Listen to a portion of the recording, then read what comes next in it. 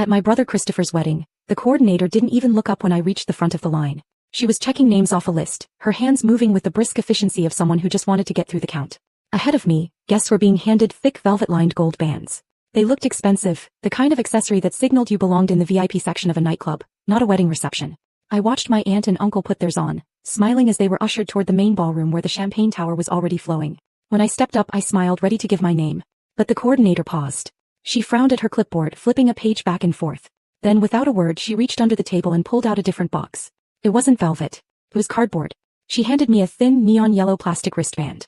The kind you get at a cheap concert or a county fair to prove you're old enough to buy a beer. Printed on it in bold black letters were 3 words. Evening guest only. I stared at it. I didn't take it at first. I thought it was a mistake. I was the sister of the groom. I had spent the last 6 months planning this entire event for free. I had negotiated the vendor contracts, designed the seating charts, and personally sourced the vintage linens my mother insisted on. I wasn't an evening guest. I was the reason there was an evening. Then my mother, Deborah, appeared at my elbow. She didn't look at me. She was scanning the room, making sure the important guests were happy. She leaned in close, her voice a practiced whisper that wouldn't carry. Just put it on, Samantha. The budget was tighter than we thought, so we had to make some cuts for the dinner service. There's no plate for you. She paused, smoothing the front of her dress. You can grab a snack at the bar later. And try not to stand too close to the head table during photos. The yellow clashes with the color scheme. She patted my arm and walked away. She didn't wait for a response. She didn't apologize. She just issued a directive and expected me to follow it like I always did. I stood there holding that cheap piece of plastic, feeling the heat rise in my cheeks. It wasn't just an insult. It was a demotion. It was a physical symbol of exactly where I stood in this family. They had extracted every ounce of utility they could get from me. My labor, my time, my expertise. And now that the work was done, I was being discarded. Drop a comment and let me know where you're listening from and what time it is for you right now.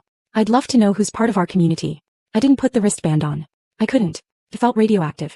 I walked away from the check-in table and found a quiet corner near the bar, the only place I was apparently allowed to be. From my vantage point, I could see everything. The servers were lighting the candles on the tables I had designed. The band was setting up on the stage I had booked. The flowers, thousands of dollars worth of imported peonies, were arranged exactly how I had instructed the florist. Every detail in this room had my fingerprints on it. And yet I wasn't welcome to sit at a table. I wasn't a guest. I was staff. Unpaid, unappreciated staff. I looked down at the neon band in my hand. It was flimsy, cheap. It was the kind of thing you cut off and threw away the second you got home. And that's what I was to them. Disposable. Deborah hadn't even looked me in the eye when she said it. That was the part that stuck with me. She knew it was wrong. She knew it was cruel. She just didn't care enough to stop it.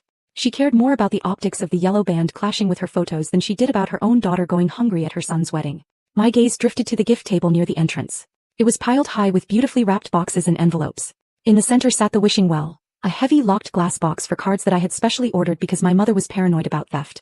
It was already half full of envelopes, and somewhere near the bottom of that pile was mine. A thick, cream-colored envelope made of heavy cardstock. Inside was a cashier's check for $15,000. I felt a cold knot form in my stomach. $15,000. I had saved for 2 years for that money. I had worked overtime, taken on freelance gigs, skipped vacations, and lived on a strict budget. It was supposed to be the down payment for Christopher and Emily's first house. It was supposed to be the gift that proved once and for all that I was a good sister. That I supported them. That I belonged. I had imagined the moment they opened it. I had imagined Christopher's shock, my mother's approval, my father's nod of respect.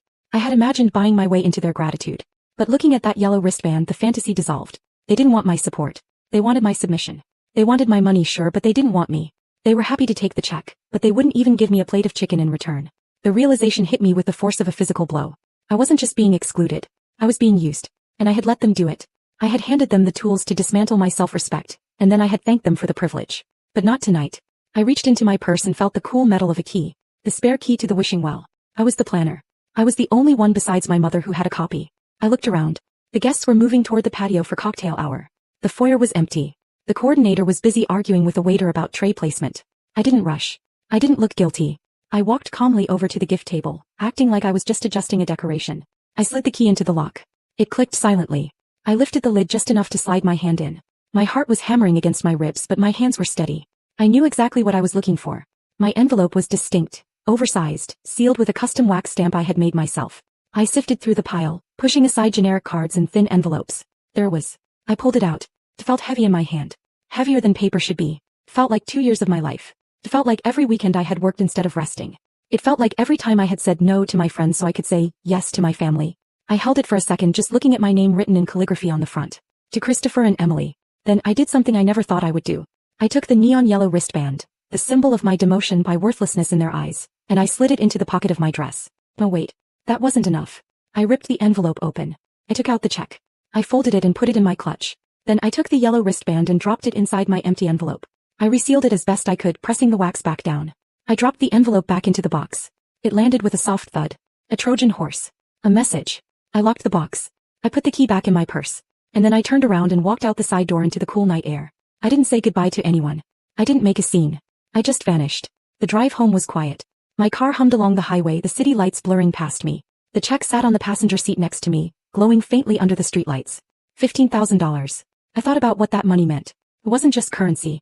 It was leverage. It was power. And for the first time in my life I was holding on to it. I started to think about why I had done it. Why I had saved that much money in the first place. Why I had worked myself into the ground for people who clearly didn't respect me. It was the gambler's hope. That's what it was. I had been gambling on their love. I thought if the stakes were high enough, if the buy-in was big enough, I could force the house to let me win. I thought if I was the perfect planner, the perfect sister, the perfect financial safety net, they would have to love me. They would have to see me. I was paying membership dues to a club that never intended to let me in. I was the tier 2 sister. The backup plan. The stuff. And no amount of money was ever going to change the membership rules. I reached over and touched the check. Felt cool and crisp. It was my money. My life. And I wasn't going to spend it on people who wouldn't even feed me. By the time I got to my apartment, the adrenaline had faded, replaced by a cold, hard clarity. I walked inside, kicked off my heels, and poured myself a glass of wine. I sat on my couch in the dark, listening to the silence. It was peaceful. Then I realized something. I wasn't just a guest they had excluded. I was the architect of their entire event. I knew every vendor contract. I knew every password. I knew every detail. And I knew about the honeymoon. My phone buzzed. It was a notification from my travel app. Upcoming trip. Maldives. 5 days. I stared at the screen. I had booked that trip. I had used my corporate elite status, my accumulated points from years of business travel, to get them upgrades they couldn't possibly afford on their own. The overwater bungalow. The first-class flights. The private transfers. It was all under my account. I took a sip of wine. They thought the yellow wristband was the end of the story. They thought they could humiliate me and I would just take it like I always did. They thought I was safe. They were wrong. The next morning the silence broke. My phone started vibrating at 8 in the morning and didn't stop. I watched the names flash across the screen. Mother. Christopher. Father. I let them ring. Then the text started. Mother. Samantha, we opened the box. What is this? Christopher. Is this a joke? Where is the check? We need that money for the closing costs on Monday. Father. You are selfish and petty. Ruining your brother's moment because you didn't get a steak dinner? Grow up. I read them calmly, sipping my coffee. There was no remorse. No, are you okay? No, we're sorry we hurt you. Just anger that I hadn't played my part. They weren't mad that they had humiliated me. They were mad that the ATM had stopped dispensing cash. Christopher sent another one. You owe us that money. We already put the offer in based on your promise. If we lose this house, it's on you. The word hung in the air. I owed them nothing. I put my coffee cup down. I opened my laptop. I logged into the travel portal. There it was. The itinerary. Maldives. The ultimate luxury escape. I looked at the cancel booking button. It was right there. Red and inviting. I didn't hesitate. I didn't second guess. I clicked it. A pop-up window appeared. Are you sure? This action cannot be undone. All non-refundable deposits will be forfeited or converted to credit for the account holder. Yes, I whispered. I'm sure. I clicked confirm. The screen refreshed. Cancelled. I watched as the points flooded back into my account. Hundreds of thousands of miles. Hotel credits. Upgrade certificates. All of it returning to me. The itinerary was stripped bare. The flights were gone. The bungalow was released back into inventory. If they wanted to go to the Maldives now, they would have to pay the rack rate.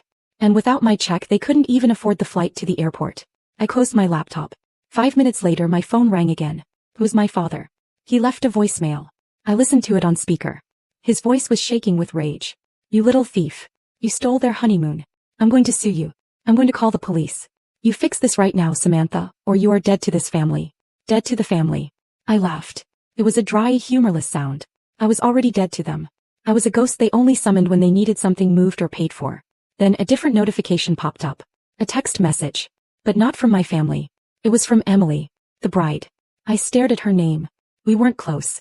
She was nice enough, quiet, always seemed a bit overwhelmed by my mother's intensity. Why was she texting me? I opened it. It was a screenshot. A long text thread between Christopher and my mother from 3 weeks ago. Emily. Samantha, I am so sorry. I didn't know. I read the screenshot. Mother. The catering bill is over budget. We need to cut 10 heads. Christopher. Cut the cousins. Then Samantha. She doesn't need a meal. Mother, are you sure? She's planning the whole thing. Christopher, she won't care. Tell Emily that Samantha volunteered to sit out so she could manage the vendors. Tell her Sam didn't want a plate. Emily won't question it if it comes from me. I dropped the phone. The air left my lungs. It wasn't just my mother being cheap. It wasn't just an oversight. It was Christopher, my brother, the golden child I had spent my life trying to impress. He had actively lied to his wife to cut me out. He had painted me as the martyr who wanted to be excluded so he wouldn't look like the villain for starving his own sister. He had sold me out for a plate of chicken. The betrayal was so absolute, so complete, that it burned away the last remnants of hesitation. There was no going back now. There was no reconciliation. There was only the truth. And I was going to deliver it. I picked up my keys. I grabbed the printed screenshot. I got in my car. I drove to my parents' house. I knew they would all be there for the gift opening brunch. The brunch I hadn't been invited to. When I walked in, the front door was unlocked. They were in the living room. The atmosphere was funereal. My mother was crying on the sofa. Christopher was pacing, red-faced, yelling into his phone, probably trying to rebook the flights. My father was sitting in his armchair, staring at the wall. They stopped when they saw me. My father snarled, standing up. You have a lot of nerve showing your face here. Fix it, Christopher shouted, taking a step toward me. Fix the honeymoon right now, Samantha. I didn't flinch. I didn't yell back. I just held up my phone. Emily sent me this, I said. My voice was deadly calm. Christopher froze. The color drained from his face so fast he looked like he might faint. She sent me the text where you lied to her, I continued. Where you told her I volunteered not to eat. Where you told Mom to cut me to save money. My mother stopped crying. She looked at Christopher, then at me. Christopher stammered. It wasn't. I didn't mean. You meant it, I said. You meant every word. You wanted my money, you wanted my labor, but you didn't want me. You treated me like staff. Well, staff gets paid. And since you didn't pay me, I took my severance. I looked at my father. You want to sue me? Go ahead. Show a judge these texts. Show them how you defrauded your own daughter to pay for a party she wasn't allowed to attend. I turned back to Christopher. The check is voided. The honeymoon is gone. And Emily knows you're a liar. I think the house closing is the least of your problems. I turned around and walked out. Behind me, I heard the silence break. I heard Emily's voice from the hallway. She must have been listening. I heard her ask Christopher if it was true. I heard him try to deny it, and I heard her tell him to get out. I got back in my car. I drove to the airport. I had a flight to catch. The Maldives were lovely this time of year, and I had a lot of points to use. I sat in the first-class lounge, sipping champagne. I looked out at the tarmac. I was alone. I had no family to go home to. I had no brother to protect. I had no parents to please. And for the first time in 28 years I was free. They would call me the villain. They would tell everyone I ruined the wedding, stole the honeymoon, and broke the family. Let them. If protecting my dignity made me the villain in their story, then I would wear that title like a crown. I was done being the tier 2 sister. I was the protagonist of my own life now. And the view from here was spectacular. If you've ever had to become the villain to save yourself, share this story. You are not alone.